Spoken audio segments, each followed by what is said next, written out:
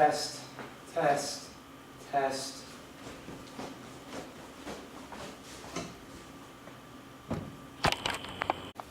Right. Camera's recording. First affirmative speaker, you have 4 minutes.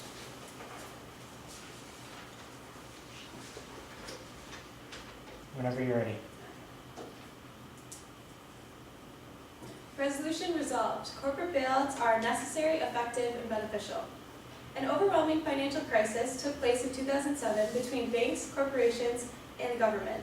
This financial crisis forced companies to take a closer look at how to prevent the economic downfall of the United States for the future. Further, it challenged the current government officials in deciding whether or not to intervene and the effects of that decision nationally and globally. In order to stabilize the market, the government chose to intervene through providing bailouts. Without these bailouts, citizens on a local and national level would be affected by a devastating recession. The bailouts created various advantages, but the ones we will discuss will be as followed. Contention number 1. The employment rate would stay constant or even improve. Companies would be able to stay open, allowing people to keep their jobs. Contention number 2. The government intervening helps society at large. If the government didn't intervene, then private corporations would just be working for their own advancement, or companies would go bankrupt, thus crashing the global market. Bailouts allow companies to stay afloat and enable them to undergo internal changes that will provide them with a more marketable company later. Contention number 4. Corporate bailouts provide immediate relief to companies, stopping the domino effect from occurring early on. Now to discuss contention number 1. Corporate bailouts are necessary because it would keep people employed and would continue to stimulate the economy. Corporate bailouts prevent unemployment rates from increasing as people will continue to be employed. With an already low employment rate, there would have been an even greater drop if companies were not bailed out. If companies don't keep their workers employed, more people will depend on welfare, which will make people pay more in taxes and won't stimulate the economy. For instance, the usual rule is that laid-off workers receive 26 weeks of benefits, after which they would go on food stamps and perhaps welfare.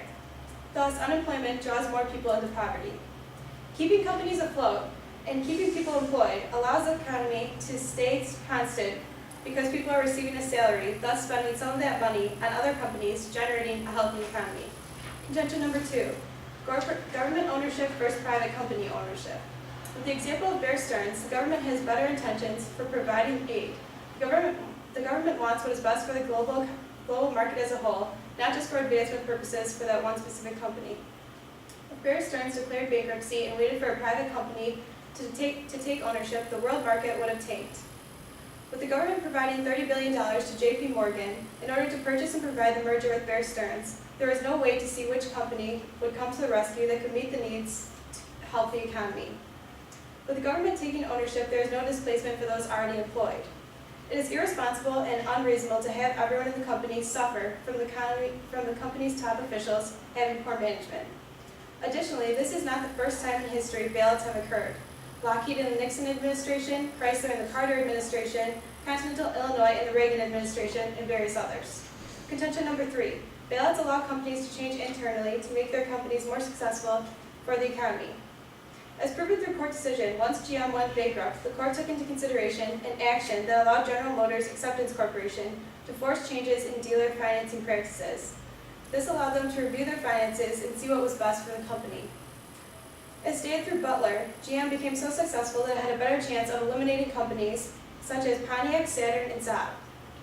Further, GM was able to analyze their company on a global scale and create more competition. Through doing this, they were able to formulate more effective hybrid cars. By viewing other countries and allowing industries to do better, they can reform their companies so they can compete on the same level. Contention number 4, immediate relief. With the example of AIG, immediate relief allowed AIG to stay strong, and now they are still around and keeping people employed. For all these reasons and more, corporate bailouts are necessary, effective, and beneficial. Thank you. First negative speaker, you have 4 minutes. All right. Let it be resolved that the United States federal government shall not bail out any companies further into the future. 2007 marked the beginning of what was going to be one of the worst recessions the U.S. has ever encountered thus far in history. Mainly because few companies, few banks made bad financial decisions, which ultimately led to the federal U.S. government to use taxpayer money to bail out these companies.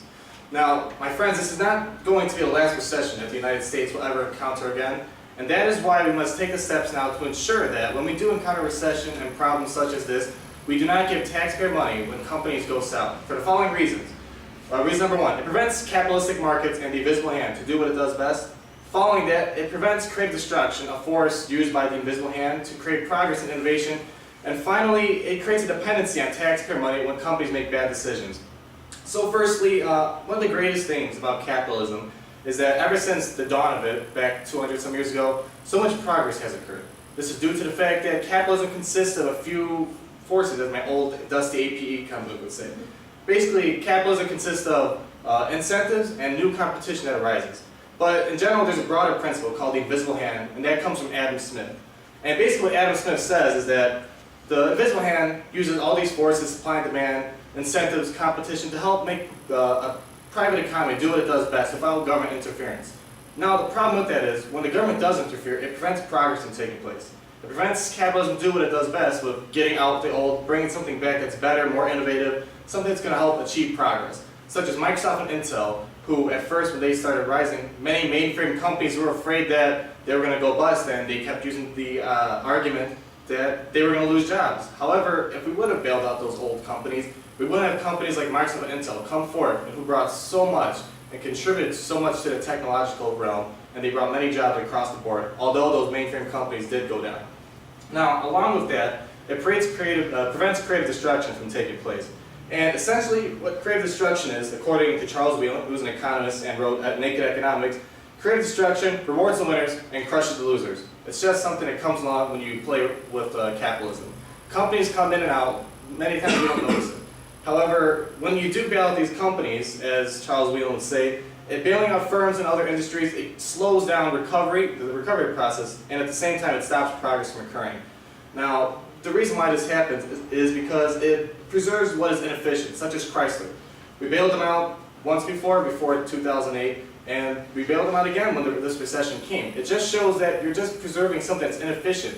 And we have many companies, many automotive industries that can take place at Chrysler, such as Tesla, a new company who created a newly fully functional electric luxury vehicle just this past year. Now, we could have had more of this, but instead we're preserving something like Chrysler, who doesn't really make top quality cars, and something that's going to help progress us into a new era, something like electric vehicles, for example. Now, finally, our last point, we'd like to talk about how when you bail out companies, it creates this dependency on taxpayer money. Basically, just as the Cato Institute says, every time you're bailing out companies, they're going to come back when they make bad decisions using the argument that, well, we want to help preserve jobs. When really it's more of a political purpose and not really an economic purpose, because as we mentioned before, bailing out companies isn't the most economically sound decision.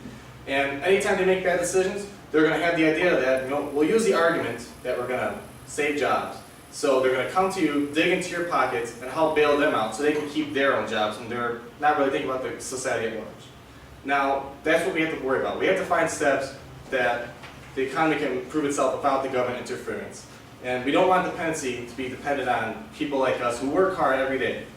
We want the economy to do what it does best, use the invisible hand, use forces like creative destruction, and help competition arise in the long run. Thank you. First cross-examination period, 2 minutes between the first speakers.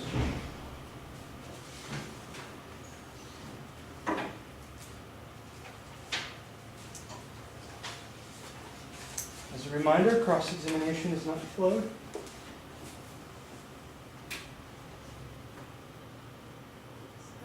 Sir?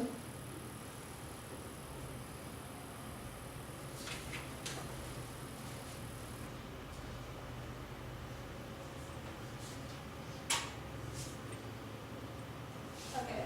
As in the example of AIG, companies are still around and able to pay back much of what they have borrowed. How do you explain that? Well, do you say that for all the companies that we bailed out? AIG is one example, but what about the numerous other companies that we bailed out? Right, we are just using one example for AIG, but it has been as in other companies as well. But just like you used the example of Chrysler, we're using the example of AIG to prove our side. So how do you explain the fact that AIG was able to pay back some of their money, the majority of their money, and now may be able to earn a profit? Well, although that's one example of AIG, Chrysler is just, as I said, we're just giving one example due to time limits.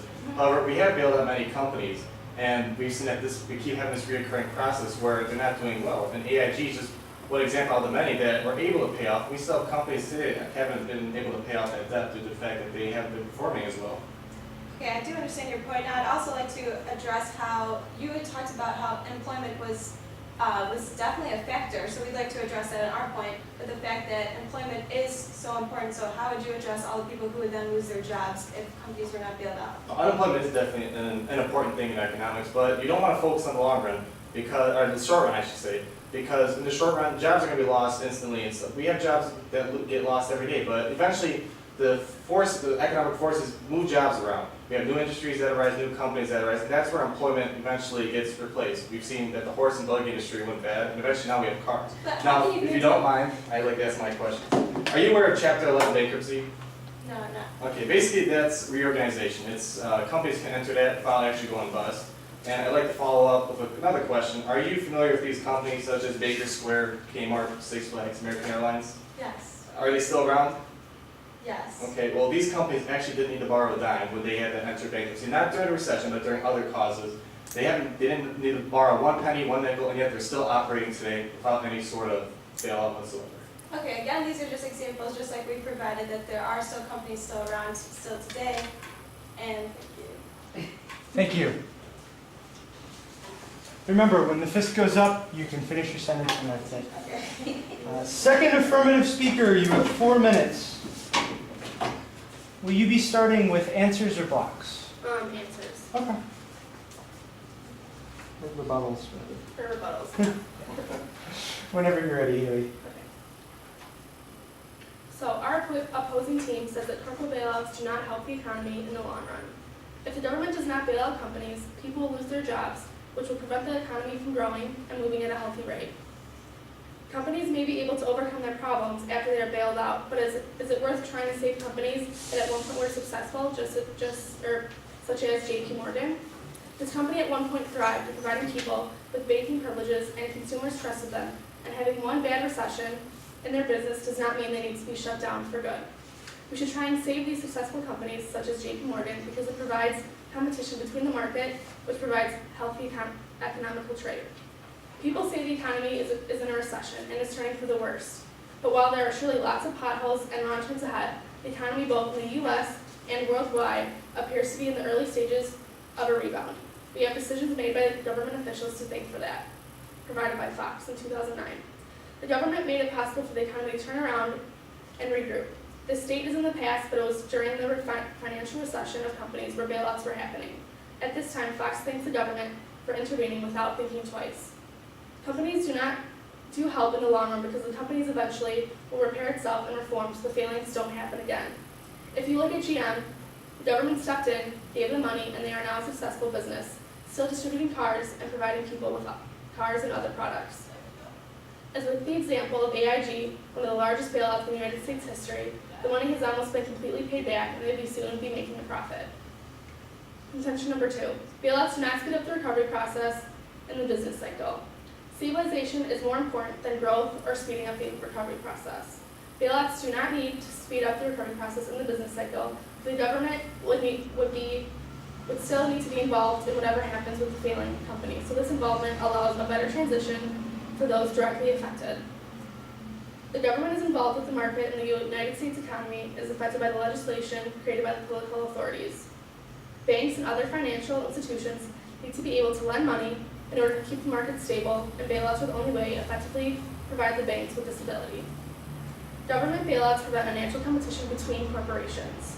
If companies fail, there would be no competition, and only one company would be ahead. Looking at General Motors, for example, as a part of the GM restructuring process, the company determined it would eliminate some of its least competitive brands, such as Pontiac, Saturn, and Saab. The government isn't only allowed to help one specific company. All companies are able to receive financial aid from government, so bailouts are in the end fair for all. While there are surely lots of potholes and wrong turns, we have the government to thank for once again stepping in and helping the economy at large.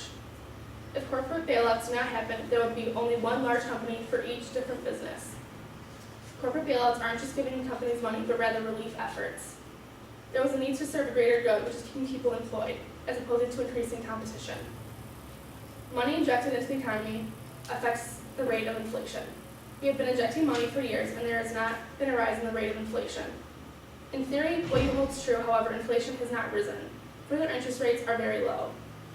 There are ways to control inflation, but there is only one effective way to control a failing economy.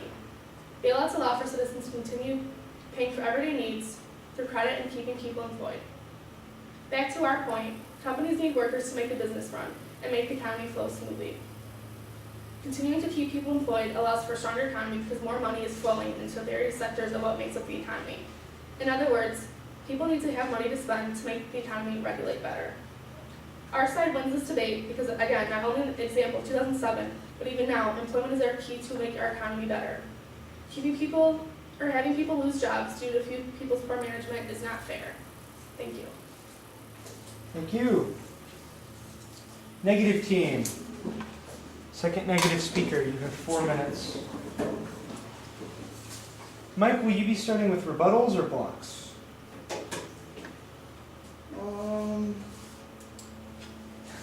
Start with rebuttals. Okay. Okay, so after implementing these corporate bailouts, we've seen how it has caused a negative impact in the immediate, and we have yet to see the effect of the future. Basically, with the current health of our economy, we can measure that by unemployment, GDP, and inflation, and those all have significantly decreased right after these bailouts were implemented. First, starting in February of 2009, unemployment numbers rose over a 14-month period from 12.8 million people to 15.2 million people. That would eventually peak at about 10% of the population, okay?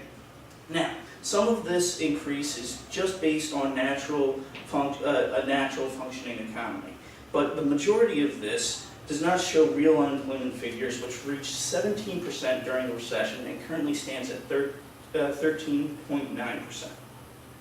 The impact of these facts is not easily quantifiable because unemployment affects everyone differently. But overall costs of unemployment include loss of personal savings, loss of assets, such as a home. Now, in general, this means a severe decline in an individual's overall wealth.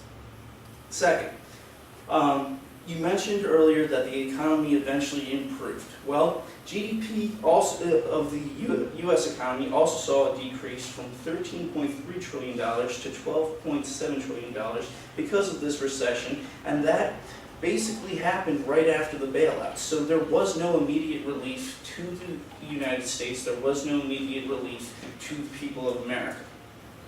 Now, in addition, this is a historical precedent. We are living in a time that we have not seen since the Great Depression, as previously stated. And to further address this historic time period, we also notice that we have a debt ratio over 100%. And that debt ratio is something that we will have to deal with later on in the future, and that's going to cause long-term problems in general. Whatever positive impacts that may have resulted immediately from these bailouts basically will be upended because in the future we're going to see an increase in taxes. You're going to see employers, government employees, forced to take more days off and not necessarily work as much as they could. Also, you're going to see cutbacks in benefit programs such as Social Security, Medicare, Medicaid, and so on and so forth.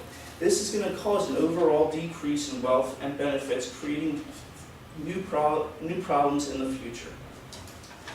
Next, you also mentioned inflation. And inflation is a monetary phenomenon and can basically be measured in consumer price index, which also significantly decreased in 2009, and it didn't return to pre-bailout figures until October of that year.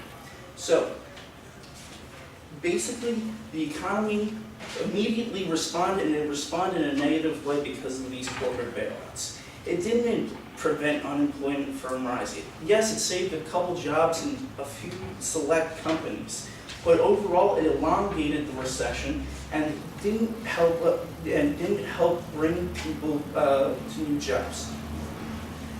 Lastly, people that finance these bailouts don't necessarily see the return. AIG may be returning a profit and so forth and on, but the people aren't seeing any return on their investment. And basically that means that we just gave them money and the overall general population did not see any improvement in their lifestyle. Thank you. We now have time for 2 minutes of cross-examination between the second speakers on both teams. Again, cross-examination is not flooded.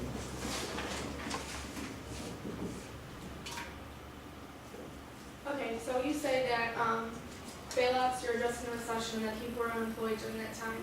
But obviously people are going to be employed because it's the recession back in 2007, 2009. But bailouts are currently, so how can you address that people are unemployed if the government bailouts companies? Bailouts aren't 2008, 2007, 2009. It's all the same thing. I mean, it is in the past. It may be current, but I don't understand your question. It's improved since the past. How can you say like? That's just a natural business cycle. Eventually, the economy is going to improve just in general. That's how an economy works. Okay, and then you say there's $16.5 trillion that the government has spent in the United States, but how can you say that's all companies? Isn't the $1,600 spent on other things as well? So how can you blame all of that for corporate bailouts? That's an unnecessary. Corporate bailouts are a discretionary expense that shouldn't happen. To lower that figure, you shouldn't spend money on corporate bailouts. So you're saying it's okay to spend money on other things such as military expenses or government spending on reevaluating? Well, that's the purpose of the government, to spend money on But not to things for spend the on people. companies that have people employed and are stimulating. Well, that only focuses on a certain number of the population. Spending money on the military basically is for the overall general public. Okay, spending on just a corporation just focuses on a segment of the corporation. Now, I'd like to ask, do you know what happens when you lower interest rates? No. No? Okay, basically people withhold money, and that means that they're not going to spend it, they're not going to invest that money because they're not going to see as much return if they invested or spent that money. My next question, do you understand what I meant? What is the overall purpose of a corporate bailout? Internal change, immediate release, employment. And that's time. Thank you. All right.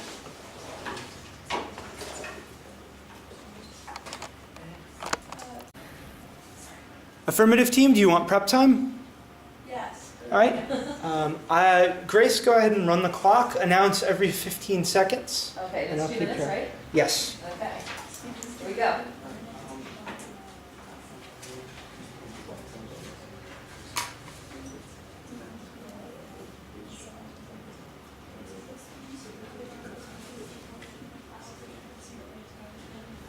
$15.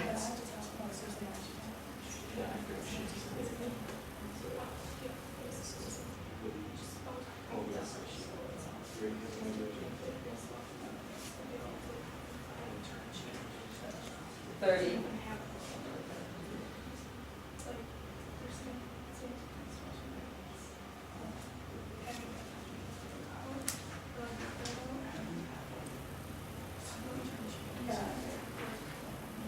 $45.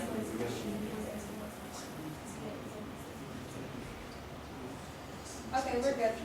All right. Grace, how much time is left?